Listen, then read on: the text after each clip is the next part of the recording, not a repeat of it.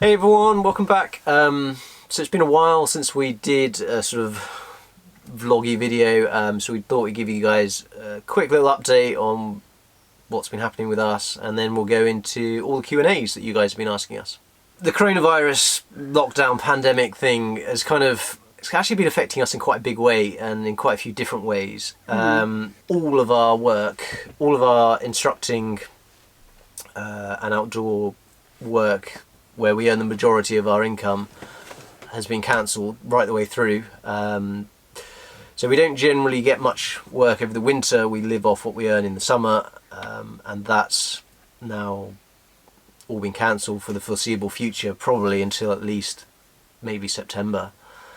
That's not a unique situation though, because No. pretty much every outdoor professional is in that same boat.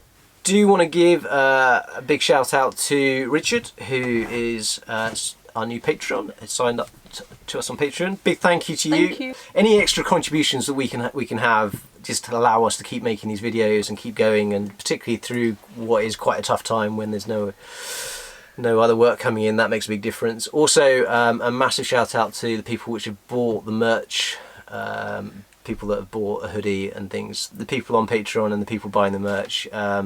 It really does help us out and allow us to keep doing this, so thank you. Thank you. Right, Q&A time. So, first off, Cheeky and Chalky ask, what are your special talents? Mine's sleeping. You do have a special ability to be able to sleep. Yeah, I can sleep anywhere, pretty much. On a plane, in a moving vehicle. That's my special talent. I don't know if I have any special talent. Keep with your ears. You can reach things off of shelves. I think that's more just... Most people can do that. It's only you that can't reach things on shelves. How often do you climb? Also from Cheeky and Chalky. How often do we climb? A lot. It sort of varies. Some weeks we climb quite a lot. Other weeks we don't. It depends on the weather, I guess, and also which country we're in. If we're in the UK and it's wet, we'll go indoors like maybe 2-3 times in that week. Yeah. But if we're abroad and it's wet, then we'll just kind of sit it out. So we might, get much less climbing in. Maybe 2 or 3 times a week, I reckon, average. Yeah. How long did it take you to get good at climbing? I wouldn't class myself as good at climbing. Yeah, it's difficult. I'm not sure. What you define as good? Good. Because like when you first start climbing, you see people climbing stuff and you think, oh, they're really good. And then you kind of get to that point and you get to that grade or that kind of climbing, and you realise that you're really not... You're always chasing another... Yeah, you're always chasing that ability, next step. You'll always look at somebody who's climbing better than you and say, that's good climbing.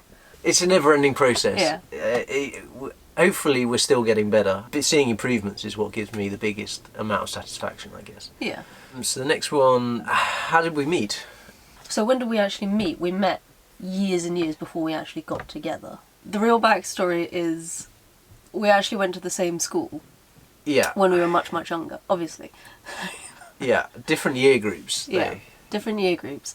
And at the school that we were both at, it had an outdoor ed programme, and like climbing happened to be one of those weekly activities. And I was like a year 9 and Brett was an instructor, because I had pupil instructors, who was instructing the climbing. So I remember Brett because he belayed me, but he doesn't remember that. No, don't remember that at all. Oh, good.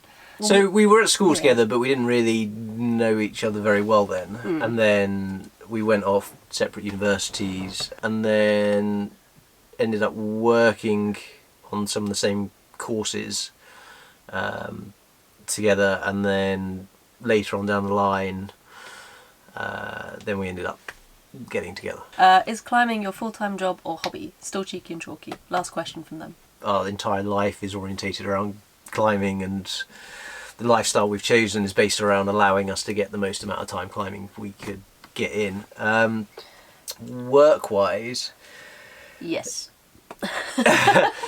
So work-wise as well, we both work as mountaineering and climbing instructors. So we run climbing courses, teaching other people how to climb and things, and then obviously we started doing YouTube and filming ourselves climbing, I think in a nutshell, yes is the answer to this question. Yes. Oh no, wait, no. Is climbing your full-time job or hobby? It's both. It's both.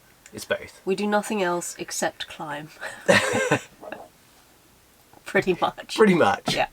Okay, Damien Smith asks, he's asked a few questions. How did you come to be living the life you are? Sophie had a full-time job at the school, director of outdoor education. Had a proper job. I had a salary. Had a salary and everything. So we gave all that up.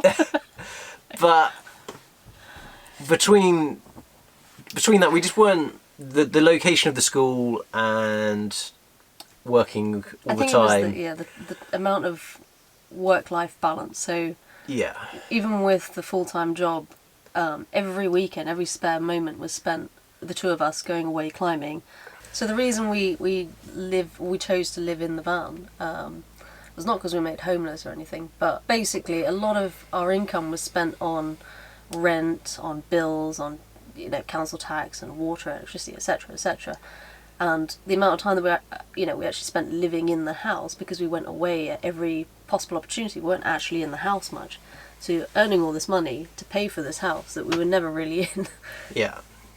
So it kind of made sense to live in something where you didn't have all those outgoings. So yeah, living in the van, hugely reduced our overheads in terms of living costs. So that's why we moved into it. Any regrets or things you miss with the nomadic lifestyle? Yes. I think you miss more things than I do. I don't miss much. I miss a bath, I think. I think you miss a I bath miss more. baths, yeah. Like showers, you can manage, sponge baths and things like that, but yeah. Actually soaking in a bath. Yeah. That's kind of it. Are you planning on ever having children? I think we're still undecided. I don't think we're committing to either way. No. I think, yeah. We'll see what happens, I think. We were meant to be married. Well, the wedding was meant to have happened a month ago, but obviously that got postponed with lockdown. And then, I don't know, we'll see what happens. Yeah. What would you say is the best way to train for trad climbing during quarantine? We train ourselves for climbing and we read about training for climbing, but I wouldn't say that we are the very pinnacle of climbing training people. You'd be much... Us Tom Randall. Us Tom Randall or Ollie Dave McLeod or Ollie Tour or somebody. They're going to have a much better idea. You can work on the endurance side of it. So if you've got a fingerboard, you could put your feet on a chair, move the chair back from the fingerboard, and then just keep working around the fingerboard in different sequences, trying to get a sort of light pump.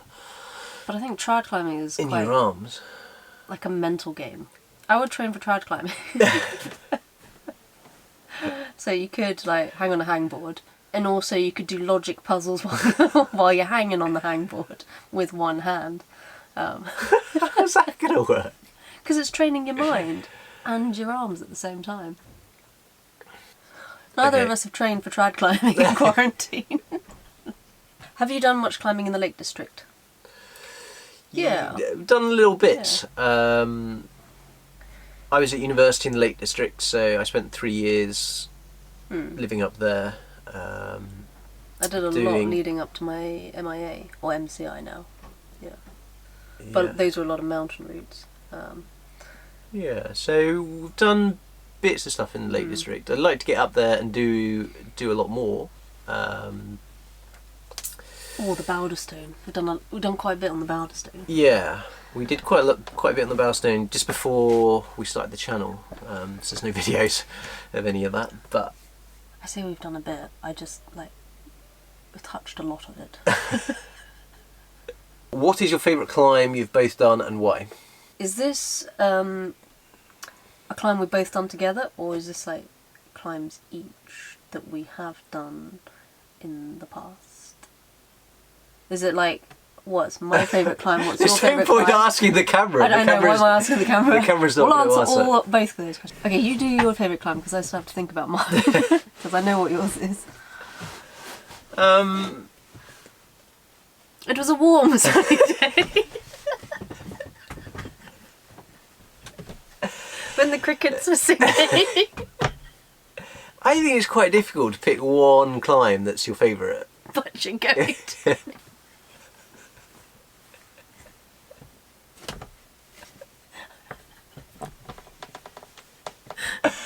I don't know what my favourite climb. I know what yours is. I don't know. Well, I don't know if it's my favourite climb, but obviously, for me right now, the climb that stands out most in my mind would be the Jerry's Roof boulder problem that I did, just because it was quite a breakthrough for me. It felt like quite a big step in my climbing career, and yeah, it just kind of meant something to me. I'll go with that one.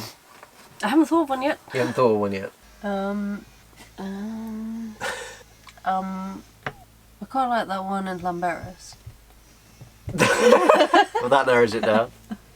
The one on the edge of the roadside boulder in Cromlech. Roadside arete, possibly. Oh, the V5. Yeah. Because I think that was the first of the grade for me. Was at 6C plus, wasn't it? 6C. Yeah, 6C plus. Yeah. Yeah, that's a good that problem. one was quite good. Or the Mary Rose, actually, in Fontainebleau. That's quite a good one. That took me ages. I think my first 7A. What was your first 7A? Quartier Latin in Fontainebleau again. Okay. I think that's how you pronounce it. Okay, so. Moving on. I don't know if we have one that we jointly like.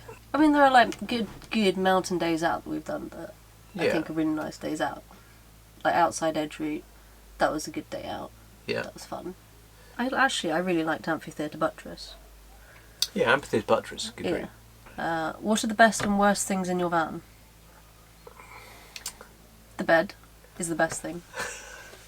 Because it's like a really thick memory foam mattress that we cut off our bed and then put it in the motorhome. We installed a new bed mattress. It's a secret place. I think the best thing and the worst thing are having a motorhome gives you extra space than when we had vans. So you've got a lot more space inside for living, which is really nice. But it does make it a bit harder getting to certain places. There are certain crags that we've just not been able to access because there's no way we could get a vehicle this big to that area or be able to get it parked. So it's kind of the best thing and the worst thing in the same thing. It's a complete trade-off between having a bigger vehicle, which is nicer for living in, versus having the vehicle being quite big, which then means we can't get everywhere, and it's quite tricky to get parked in some places. Okay, JP. Thank you, JP. Can you use a day sack at night? No. Yes. Moving on. Wide boys. We've got a question from the Wide Boys. Favourite crack climb you've done and act out the techniques you used on it. Okay. You go first. You have more of a fetish for crack. Everything seems slightly insignificant compared to what the Wide Boys have done. I don't know. I mean, any of the ones at Millstone were really good that we've done. Some really good crack climbs there. I don't know if it can. I mean, just being in the Wide Boy cellar, being in Tom Randall's cellar on where they've been training and where on those cracks, and it was sort of we hadn't really practiced any crack techniques before that, so we went there and got completely obliterated on them. But it was such an experience being there, having sort of seen the videos, and it definitely got me really psyched for crack climbing. So you're saying the Wide Boys, which was mainly kind of no. Fully invert. It was mainly just falling off. Okay. To be completely honest, but some more training and then maybe a rematch one day would be. So to answer the question fully. To answer the question. Your favourite crack climb is Tom Randall's crack. Cellar. Is that what it is? Oh, cellar. Sorry, I missed off a word. Well, I did really enjoy the White Boy cellar. I did get annihilated by it. Favourite crack climber? I think with the all-encompassing, like, cracks can be kind of anything. I quite liked the elephant's arse at Holyhead. It's not very hard. We do it with clients and stuff, but it's a huge giggle. So if you ever get a chance to go, it's really funny. So you like saunter up to the hole, place the biggest cam you have as high as you can, and then you kind of got to get into the hole, and it's a bit of a kind of like a mantle shelf, but you haven't got any legs on anything on your feet or anything. You're kind of dangling, and the gap is like that big, I reckon. You have to go in sideways. Yeah, I don't fit normal ways. I have to go in sideways. There's a lot of tactics to this. So you have to sort of go in and like press in, but not get your harness and your rope and your nuts wedged on the lip of the hole. And then you kind of gotta like squirm in and then like do some sort of terrapin thing. And all in front of you is like dirt because it's like a grassy hole. And then you gotta sort of like push yourself in. Once you're in the arse, it's alright because there's a bit of a gentle breeze.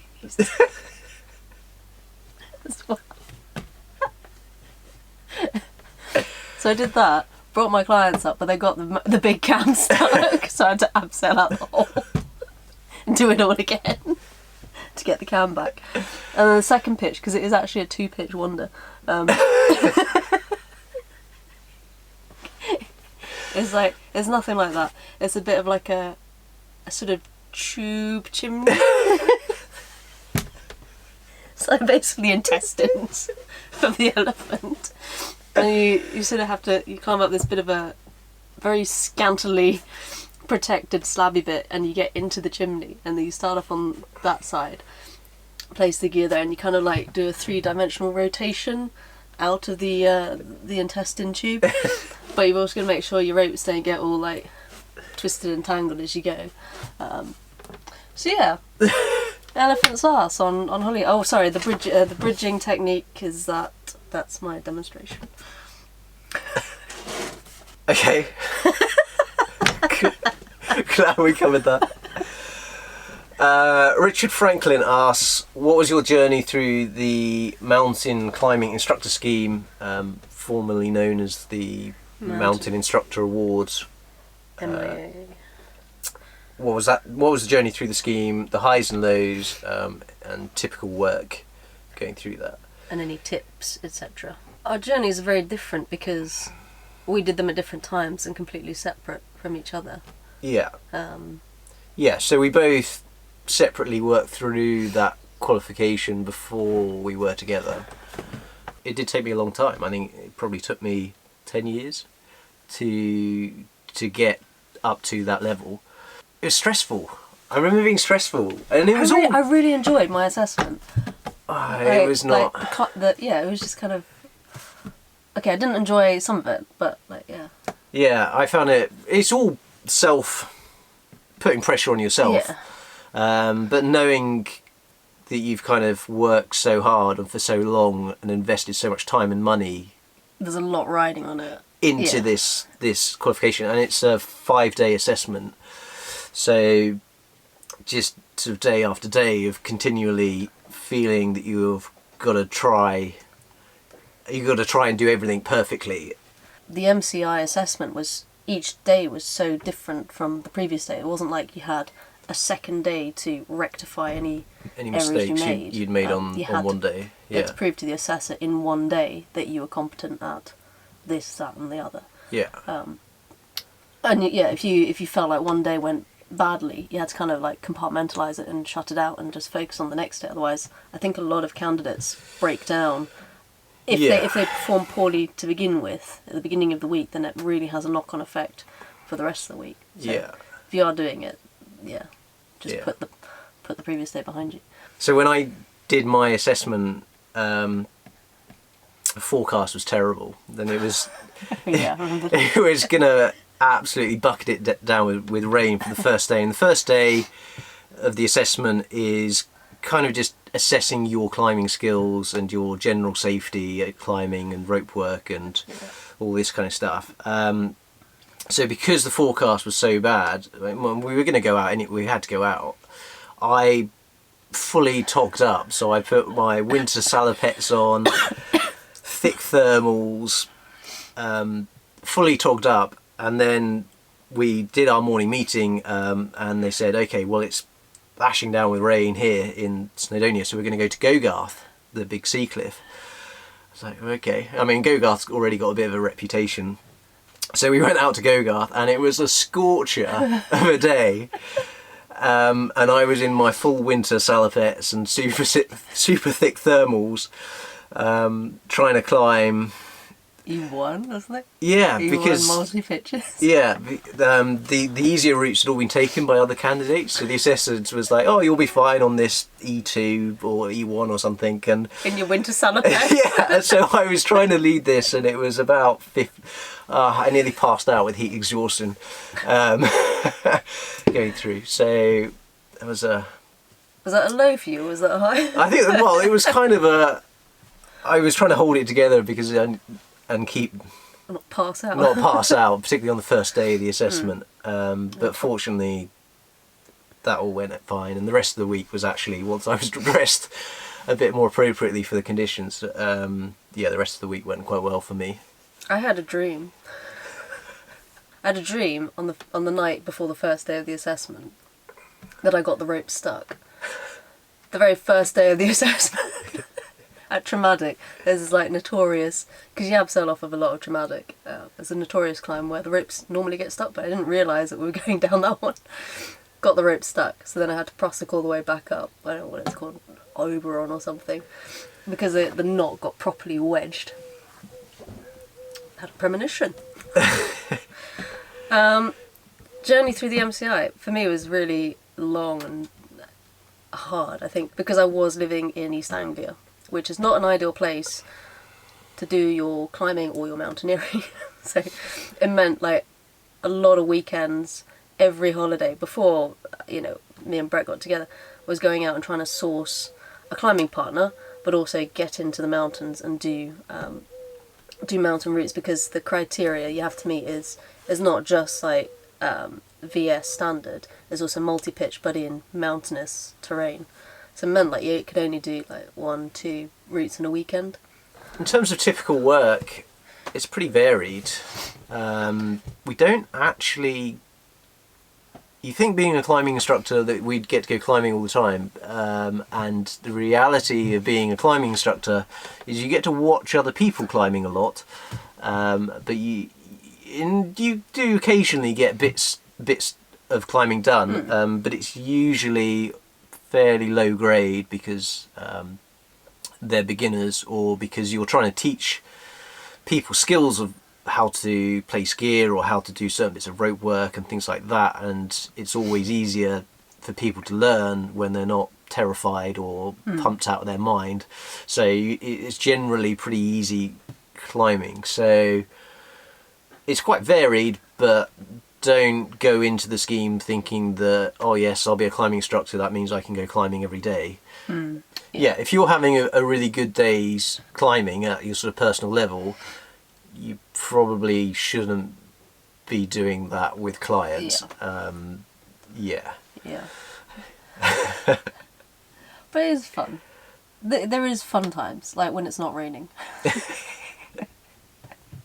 lashing it down with rain, and someone's walking you off in the wrong direction on a nav course. Yeah. Taking you across field and farm and mud and rivers and stuff. That's when it gets slightly less fun. Tips, etc. Top tips for the MCI. Get some really good waterproofs. I think firstly look at the requirements for the training course and look at the requirements for the assessment, and then probably double them, in my mind. If you mean like QMDs and things? Yeah, if you turn up with the bare minimum amount of climbs in your logbook, I think you're going to find the course pretty hard.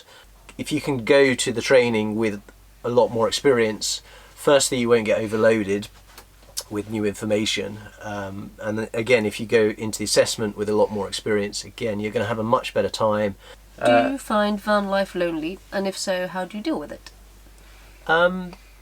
No, because we have each other. Yeah, I don't find van life lonely in the slightest. I'm not a person that enjoys large crowds. Large crowds. Yeah. I don't like big groups of people. Neither of us really like being the centre of attention, I guess, in that respect. Yeah. Also, we do videos and we are the centre of attention, I guess, but it's kind of, we're just talking to a camera. Yeah. Yeah, we kind of like being away from everybody and not. I don't miss too. I mean, we do meet up with we friends. meet up and with things, friends you know, and do stuff. But I think Yeah. essentially we're pretty happy just the two of us living together and having fun together. I think. Yeah.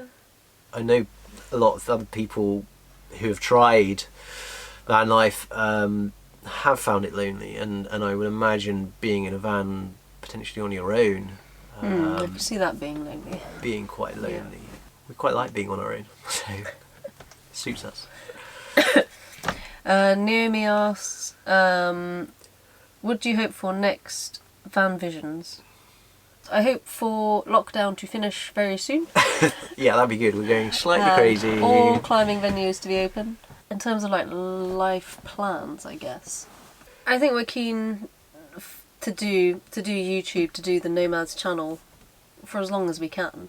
I think the key thing that we're trying to do is we're trying to get the channel to a sustainable level, because right now nearly all of our income comes through other areas of work. It comes through our instructing work and things like that. So I think long term we would like to try and grow the channel and try and make it a sustainable option, which would then give us potentially more options for travelling further and to different places. Van Visions. Yeah, it's got to fit a lot of criteria, the next van. But having lived in this one, in terms of a layout, we'd get rid of certain aspects of There's aspects interior. we'd tweak maybe on the next one. To make it feel more... Because there's actually a lot of space, but it's...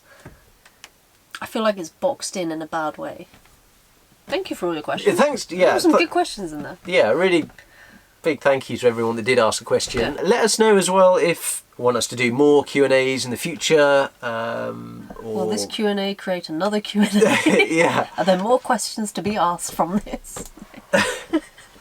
So let us know if you liked it. Thanks for watching, and we'll see you guys all in the next one.